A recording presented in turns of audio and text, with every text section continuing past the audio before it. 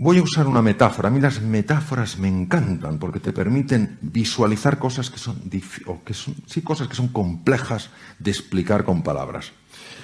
Mirad, nuestra mente es como un océano revuelto, donde hay olas grandes, impetuosas, agresivas. Y, pues claro, esto nos afecta a nuestra vida, nos afecta a la salud, nos genera tensión, sube el colesterol, sube los lípidos, sube la glucosa, sube el cortisol, en fin, un montón de lío.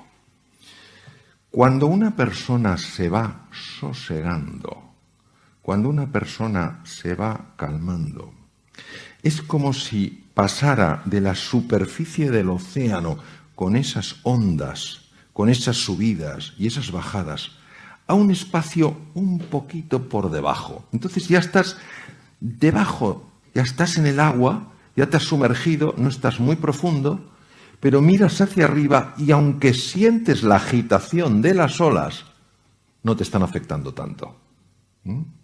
¿Cuántas veces nos habrá pasado más de uno que estamos en un mar revuelto, te viene una ola y dices, esto es muy grande? Y en lugar de aguantarla diciendo, conmigo no puede nadie, tú te sumerges y la ves pasar por encima. Pues es lo mismo, a medida que vas avanzando en la práctica del mindfulness, claro que se siguen produciendo olas, porque la mente no para de producir esos pensamientos, pero ya no te atrapan, los ves como a distancia. Conforme vas profundizando, vas entrando en un sitio verdaderamente curioso. Un sitio que aquí está representado, para los que no lo podéis ver, como el fondo del mar, con sus corales, con sus peces. Este es el fondo de la mente humana. Y entonces, en el fondo, ¿tú qué ves? En el fondo, lo primero que ves son capacidades tuyas que no sabías que tenías. Por eso mejora la confianza, tienes más ilusión, tienes más alegría. Y también descubres aquellas cosas que están impactando negativamente en tu vida y que no sabías que tenías. Descubres, por ejemplo, hasta qué punto uno está centrado en sí mismo. Cosas que no son agradables de ver, pero cuando las ves, las puedes resolver. Si no las ves, no las puedes resolver. Y esto no te sucede como proceso sesudo, diciendo, a ver qué hay en el fondo. No, estás así y de repente, lo ves, emerge.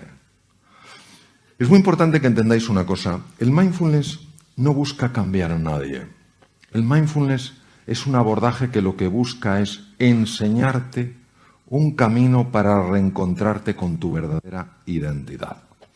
Y ahora voy a explicar un poquito la parte más práctica, para que tengáis una idea más clara. La dificultad para hacer una práctica aquí es que hay muchos que estáis de pie y algunos que estáis sentados. Y los que estáis sentados os pueden ir muy bien, pero los que estáis de pie, si hacemos ejercicio de mindfulness, pues a lo mejor acabáis en el suelo. Entonces tampoco es plan. Entonces, yo os voy a decir en qué consiste. Sorprende que sea tan potente y tan sencillo. Mirad, ¿en qué consiste este espacio de serenidad? Consiste exclusivamente en entrenar un músculo. El músculo más importante del ser humano, que no es ni el bíceps, ni el tríceps, ni el cuádriceps, ni el ancóneo, ni el sóleo. Es el músculo de la atención. Entonces, claro, tú tomas una posición sentado o tumbado, con la espalda recta, y lo que haces es sencillamente llevar tu atención a tu respiración. ¿Por qué? Porque la respiración es algo que está sucediendo aquí y ahora, en este momento. Entonces es la referencia que tú tienes para ir entrenando tu atención. Entonces, ¿qué ocurre? Que te surge un pensamiento. Entonces el pensamiento puede ser, ¿qué habrá hoy de cena? ¿Habrá pimientos rellenos de bacalao? ¿O estarán rellenos? ¿Sabéis de lo que hablo? Que sí. ¡Claro! Pero esto va a suceder. El problema es cuando el pimiento te atrapa. Y entonces ya te ves, ¿me entendéis? Ya te ves comiéndote el pimiento. Ya te ha atrapado. Ya te ha atrapado. Entonces hay gente que dice, es que yo no puedo dejar de tener pensamientos. Ni yo tampoco. Si el tema es que no te atrape, entonces te das cuenta y dices, hoy, pimiento, luego, esperas y vuelves a la atención. Y ese es el ejercicio de mindfulness. Entonces, ¿qué pasa en ese proceso? En ese proceso, la mente que está habitualmente agitada empieza a calmarse. De forma natural. Y cuando empieza a calmarse, tú te empiezas a encontrar mejor, porque lo que de verdad altera al ser humano es su mente. Yo os voy a contar un ejemplo para que veáis hasta qué punto esto es así. Tal vez alguno me lo ha escuchado, tú me lo has oído, Andrés. El caso de una enferma que yo tuve que se llamaba Margarita. Lo conocéis, ¿no? Fijaos lo que le pasaba a Margarita. O sea, Margarita, un dolor de estómago horribles. Horribles la pobre. Y toda la culpa era de su jefe. Cuando ella empezó a trabajar su interior, su tubo digestivo se mejoró, se quitó el dolor de estómago, su jefe era mejor persona, etcétera, etcétera. No nos damos cuenta hasta qué punto nosotros estamos generando esa agitación. Como no lo vemos, necesitamos algo que a nivel inconsciente esté funcionando, esté resolviendo, esté sosegando, esté tranquilizando. Entonces, la mente plenamente presente, que es lo que significa mindfulness, que tiene unos ejercicios, lo único que hace es irte entrenando en eso. Es decir, irte entrenando para que tú seas el dueño, la dueña de tu atención, en un mundo que está permanentemente distraído, donde pensamos que la multitarea es lo normal. La multitarea es profundamente anormal. No hay un solo estudio científico que demuestre que el ser humano está hecho para la multitarea. Otra cosa es que vivamos así. Entonces se fractura la atención. Conforme tú vas ganando espacio, teniendo esos 5 minutos, 10 minutos, a lo mejor por la mañana, entonces me voy a sentar. Me voy a sentar con tranquilidad. Me voy a poner una alarma suave. No te pongas el típico de martillos alemanes, de la alarma que te levantas y parece que te ha dado un yuyu. Te pones una música suave a los 10 minutos para olvidarte del reloj. Y dices, vamos a ver esto. Y entonces sencillamente, sentadito o tumbado, empiezas a notar la respiración. Y entonces te aparece el pensamiento, ¿qué habrá de desayuno? ¿O qué desayunaré hoy? Y tú no te enfadas. No. Tú haces como si tuvieras una mascota. No le arrancas el cuello cuando está aprendiendo. Tú la traes con firmeza y amabilidad y vuelves aquí. Y sigues en tu atención y se te vuelve a ir. Pero tú, con la misma paz y firmeza, lo vuelves a traer. Y te vas entrenando en eso. Y entonces, lo que va pasando con el tiempo es que la mente se apacigua, tu reactividad se reduce. Y empieza a haber un espacio para la respuesta. Somos criaturas muy reactivas. ¿Qué tal estás? ¿Por qué? No, yo solo te preguntaba qué tal estás, ¿no? Entonces, esa reactividad que es un fruto directo de la mente que rumia, de la mente que agita, esa reactividad se va reduciendo. Empiezas a tener más vitalidad, empiezas a tener más tranquilidad, empiezas a tener más energía, empiezas a tener más compasión. Entonces, lo que descubrieron estos científicos de la mente, sencillamente es que se puede vivir de otra manera. Pero tenemos que entender que nuestro problema no es la falta de tiempo. Yo sé que todos pensamos que el problema es la falta de tiempo. No es verdad. Comentaba esta mañana en un programa de televisión que un amigo mío austriaco se encontró en una casa de un bisabuelo suyo un periódico de comienzo del siglo XX. Agarraros a la silla. Sucesos, ciudad de Viena. Un tranvía atropella y mata a un anciano de 40 años. A comienzos del siglo XX la expectativa de vida era entre 35 y 40 años. Aunque viviéramos 500 años nos quejaríamos de falta de tiempo. No es un problema de falta de tiempo. Es nuestra excusa. Cuando uno se para y sabe que ese tiempo es importante, y esto lo digo sobre todo a las damas, porque las damas muchas veces, por condicionamiento social, pensáis que si dedicáis tiempo a vosotras sois egoístas. Y parece que tenéis que vivir solo en la entrega a los demás, y yo creo que es fundamental que os cuidéis a vosotras. Sí. Qué bueno. No creo que los hombres aquí protestaran. Espero que no. Pero es que es verdad, o sea, da la sensación de no. Es que si me ocupo de mí, claro que te tienes que ocupar de ti. Nadie que no se cuide puede, de una forma prolongada, cuidar de otras personas. Entonces, lo que yo sí os quisiera es invitar al menos a que buceéis en esto. Los que lo practicáis sabéis que funciona. Esto no es un tema de creerse, es un tema de probarlo, de verificar por ti mismo que estás mejor. Algunos hospitales más prestigiosos del mundo ya lo tienen absolutamente incorporado. Yo trabajo en un instituto en Silicon Valley y tienen incorporados montones de empresas esta metodología.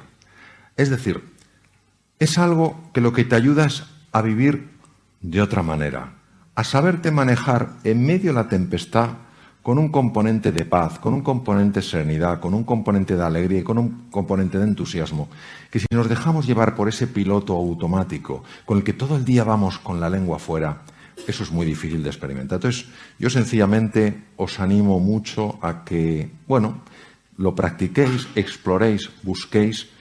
Mira, una preciosa música que nos llama la atención como diciendo, sí, aquí hay una llamada del más allá diciendo prueba, prueba. Entonces, bueno, pues eso es todo lo que os quería decir y terminar con una, no sé si tendremos tiempo para alguna pregunta, pero terminar con una frase que a mí me impactó mucho de Albert Camus, ¿no? Albert Camus fue un gran filósofo, premio Nobel de Literatura en 1956, francés, y Albert Camus decía, en medio del duro invierno descubrí por fin que dentro de mí hay un ser invencible. Entonces, que sepamos que dentro de cada uno de nosotros hay ese ser invencible, que no es un canto a la arrogancia, no es un canto a la prepotencia, sino es verdaderamente reconocer que no hay entre vosotros, no hay entre nosotros nadie que haya sido llamado a la mediocridad. Todos hemos sido llamados a la grandeza. Pero para poder escuchar ese maravilloso Stradivarius en medio de la orquesta, hay que saber silenciar un poco los platillos. Bueno, muchas gracias.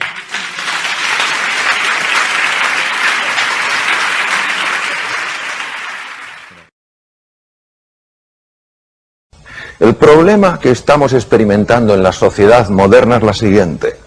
El mecanismo de alarma, cuando se pone en marcha de forma esporádica ante un peligro, alguien que viene con un cuchillo, y te vas a ir corriendo, un depredador, un autobús que de repente va a pasar, yo voy a cruzar y me quedo paralizado y no me atropella, esos mecanismos de supervivencia están muy bien cuando se activan de forma esporádica. Afortunadamente tenemos también otros mecanismos de adaptación. Los mecanismos de adaptación son muy interesantes. ¿Por qué? Porque nos ayudan ante la dificultad de una manera completamente distinta a los mecanismos de supervivencia.